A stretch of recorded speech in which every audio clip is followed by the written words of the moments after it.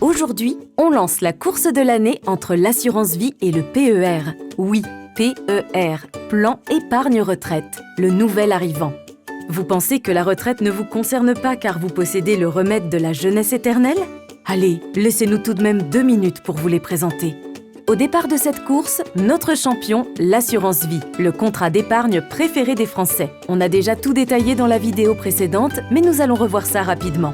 Tous les versements ainsi que les produits générés vont vous constituer un capital.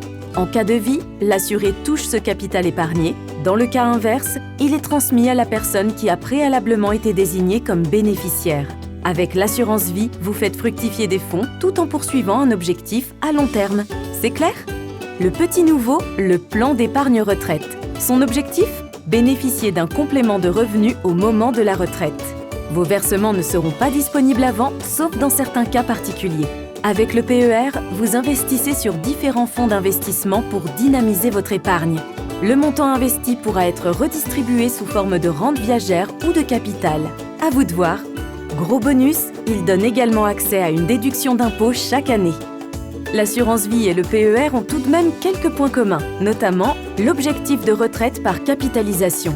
Ils ont aussi quelques différences venant pimenter ce duel. La liquidité de l'épargne, les avantages successoraux de l'assurance vie, les avantages fiscaux du PER, et j'en passe. Prenons l'exemple de Rose qui gagne 50 000 € par an.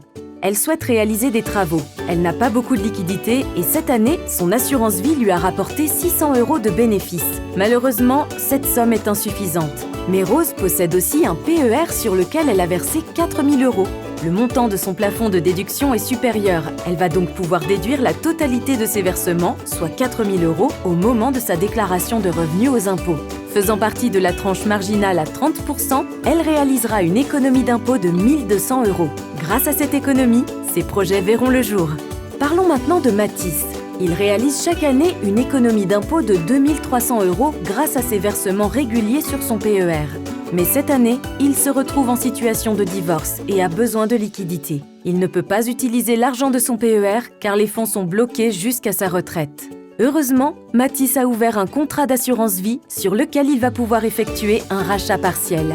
Aussi, nous pouvons avoir besoin de débloquer les fonds placés avant l'arrivée de la retraite pour un grand nombre de raisons qui ne sont pas autorisées avec le PER. C'est un élément à prendre en compte avant de faire son choix. En résumé, ils arrivent ex-aequo. L'assurance vie et le PER présentent tous deux des avantages et inconvénients pouvant coller à des profils différents. Il sera donc important de cibler vos attentes et de choisir l'un ou l'autre selon vos besoins. Il peut parfois être intéressant de posséder les deux contrats car leurs avantages sont complémentaires face aux différentes situations de la vie.